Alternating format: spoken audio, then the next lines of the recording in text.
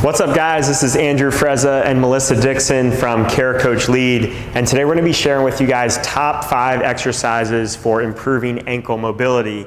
So this seems like not a very major topic, you know, what are the ankles in the grand scheme of things, but we just want to start by laying out a framework of, if you think about the feet and the ankles as the foundation of the point of contact of your body. So every time gravity is driving on top of you, whether you're standing, whether you're walking, you know, we do thousands of steps a day, whether you're squatting in the gym, if there's dysfunction in those feet and ankles, think about how that's going to affect everything upstream, like the knees, the hips, the back, okay? So if there's any issues in that foundation, it throws off the rest of the body there. So we're going to try to dial that in today, and we're going to give you guys some specific exercises, our top 5, to do this in a one-on-one setting. Some of this stuff could be applied to a group, but really dial in a one-on-one setting, anybody that you find has this specific limitation.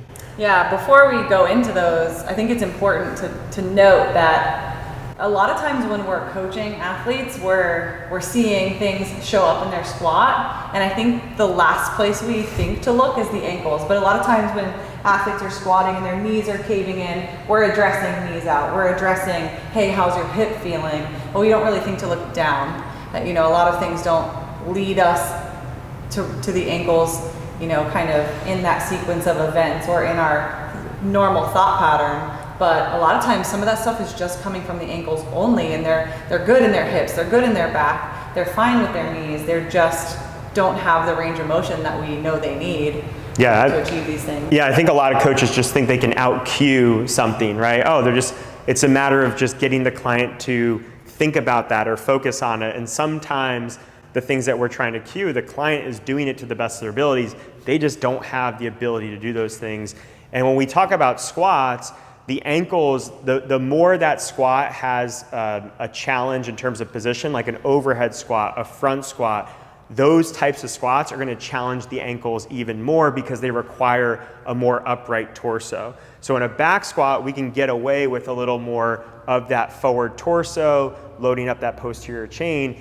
And with that squat, we don't need as much ankle mobility. But whenever we have that really upright torso, front squats, overhead squats, we need that ankle mobility, okay? So I know this pretty personally myself because I have a plate in my right ankle.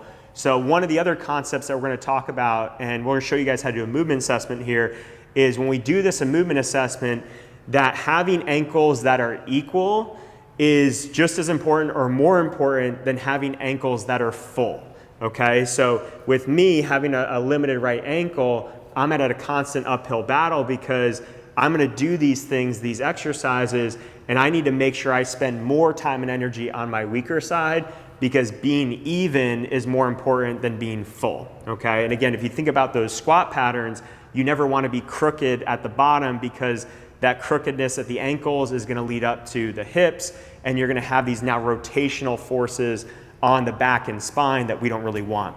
Okay, so let's show you guys how to do an assessment. So we just have a ruler here on a sheet of paper that we use. It's laminated so we can use it with our clients. And Melissa's gonna run through the ankle movement assessment. So we showed you guys how to do the toe touch in previous videos.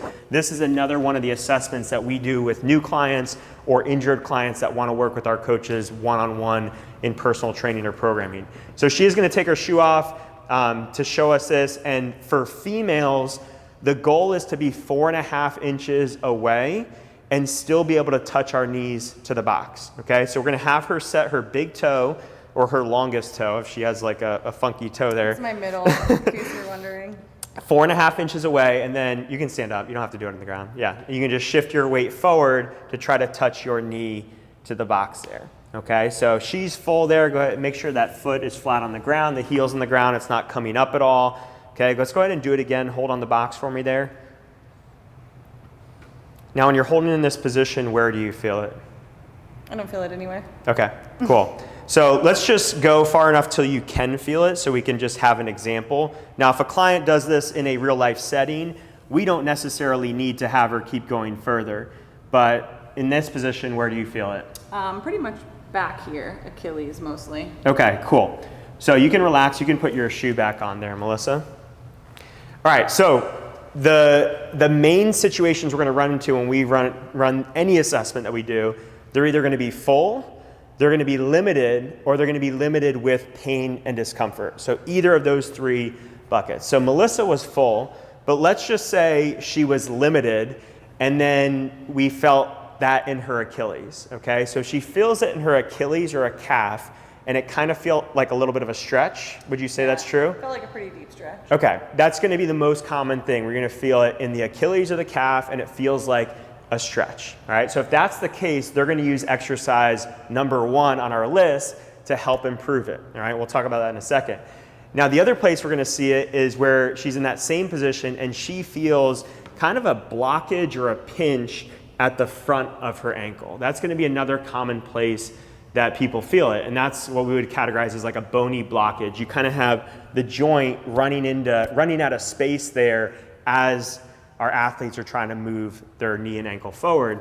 So in that case, the banded ankle distraction is going to be the better fit, okay? So let's lay that out for you. So exercise number 1, we want to use eccentrics whenever we need to try to stretch or lengthen tendons or muscles.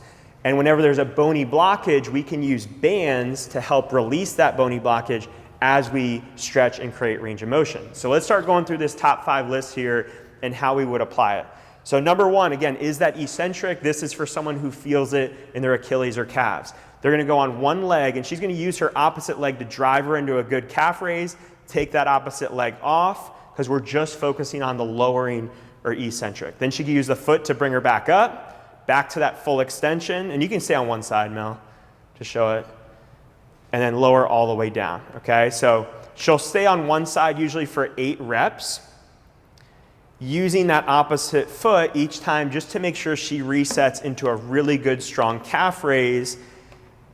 And again, the focus is on the negative, so that's why we're not doing the calf raise to get back up each time, okay? So 8 to 12 of those per set is usually going to be a good amount for her, and that's going to help for someone like her who was short, help her lengthen that Achilles, that calf, so that's no longer a restriction. Now, if it was someone that had that pinch in the front of the ankle, they have that bony blockage, this is where we want to get that band. And what that band is doing is it's actually helping to pull that lower part of her leg into the back of the ankle joint there to free up more space in that ankle. So you want to get it right on the crease of the ankle. And then I like to do this. You could do this on the floor. You could do this a number of different ways. We like to do it elevated because it gives her some leverage to get her body weight into the movement. And then another way to add even more leverage into that is to add a kettlebell weight on the knee, and that's going to really help her get that knee past the toe. We want to get the knee past the toe and gain that range of motion that we don't yet have, okay? So that's something you can do 60 to 90 seconds per side, and you could do both for really any type of athlete that's limited, but the question really is, how do we get our approach more targeted as coaches so we're always getting the best bang for our buck? You could think of it like you're throwing darts at a dartboard. Yes, there's going to be some things that you're just kind of throwing randomly. You're hoping they kind of get you close to the bullseye. But then there's some that you know, hey, this is really going to get us right close to that bullseye of what is their specific limitation and what is our best corrective exercise to try to fix that. I think a good thing to note too is whether you're assigning this pre-workout or post-workout or both for athletes. Because a lot of this, like the banded ankle distraction, is something I would give someone, and the eccentric, to get them in a better space for squatting before they squat for someone who is limited. I know it's stuff that you have done pre-workout too, to give yourself that a little bit extra range of motion so it's not showing up in your hips or knees. For sure, yeah. If you're going to be doing some squats in class, and hopefully, one thing to think about is like, if you're opening up new ranges of motion, you don't necessarily want to add a ton of intensity under that new range of motion. But if you're going to then do some tempo squats after, or something that's a little bit more controlled, then it definitely helps to open this stuff up prior to doing that. So that actually leads right into our next, let's go down to number 4. We'll come back to it. Let's go to the squats with a plate push out. Okay, so you can do this we're going to show you with a slant board, but we can just show you without the extra equipment if you don't need it. Some of this stuff is going to require specialty equipment, but some of it doesn't. So if you do squats with a plate push out, what you can do now is start to train your squat pattern, but use the counterbalance of the plate to allow you to get the knees a little bit more forward than they normally would. So that new range of motion that you just opened up with one of those first two exercises, either the eccentric or the distraction, you're now controlling that range of motion, reinforcing that range of motion via the squat with plate push out. And then I'm a big fan of doing more of a cyclist squat where now you use either plates to lift your heels or slant boards like we have here. And in this one, now the feet are going to be narrow. The knees are going to stay narrow. You're not going to drive the knees out. And in this one, I really like to pause at the bottom, make sure you get full hamstring on calf coverage there each time. And you can see how far the knees are now tracking over the toes, which in the context of these exercises and improving ankle mobility is a really good thing, okay? So that's 3 of our 5. Let's go back to the tibialis raise here. And this one will probably be the newest for a lot of you. If you notice, anybody who's followed the knees over toes guy on YouTube, these last 3 are 3 that he talks about a lot. And it's stuff that I've been playing around for the last maybe 4 to 5 months with, and have had a lot of success in terms of opening up my ankles, which have always been a limiter for me. So this one does require a specific tool which you can get off of, I think it's called the Tib bar is the name of the equipment. And I'm not sure if that's the website, but you can check out like Tib bar or Tib bar guys, I think is the website on there. Okay, so we're gonna use a little bit of weight on here. I'm just gonna set Melissa up. And in this one, she's gonna focus on really pointing her toes away from her and then pulling her toes up towards her face and really squeezing that. So to increase that ankle range of motion, we really want to emphasize both parts of the movement, pointing away and then pulling those toes towards our face.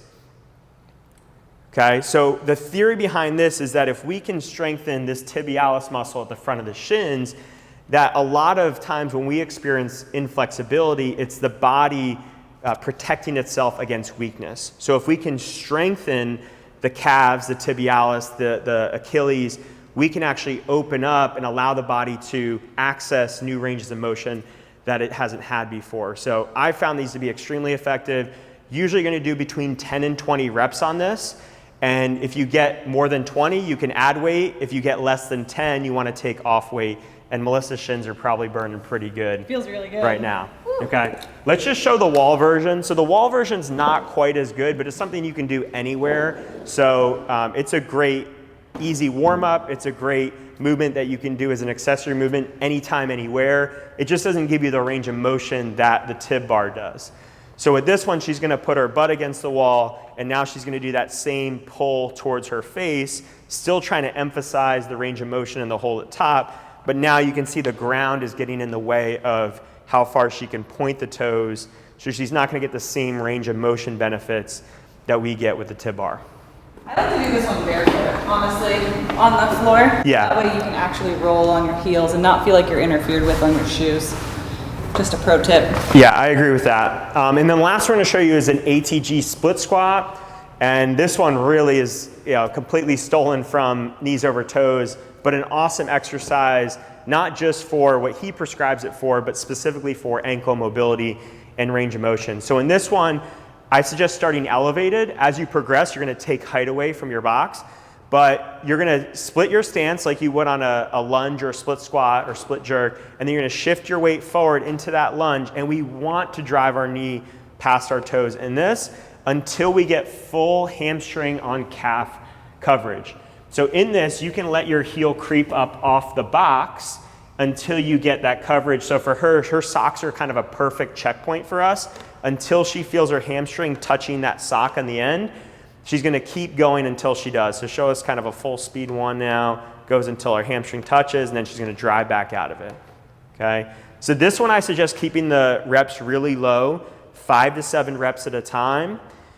And then there's 2 ways to progress it. I found that by adding a little bit of load, especially in a back rack position, it's kind of like the kettlebell on the knee. It gives you some leverage, a little bit more body weight and weight going into that knee, and opens up some more range of motion. Then as you get good with a little bit of weight on your back, not too much, then start to take away height and see if you can continue to get that hamstring on calf coverage without the heel coming up any more than it just did for Melissa, okay? So all of these exercises are going to be really effective, especially in a one-on-one, especially one-on-one programming setting where you want to help someone build a plan to go from failing a movement assessment in their ankles on day 1 to hopefully 3 to 6 months from now, passing that in the hopes of improving knee pain, hip pain, back pain, getting their overhead squats, front squats better, all these things that you can improve just by fixing the ankles at the foundation of their body. Hope that was helpful for you guys. If you have any questions or comments, leave them below, and we'll see you in the next video.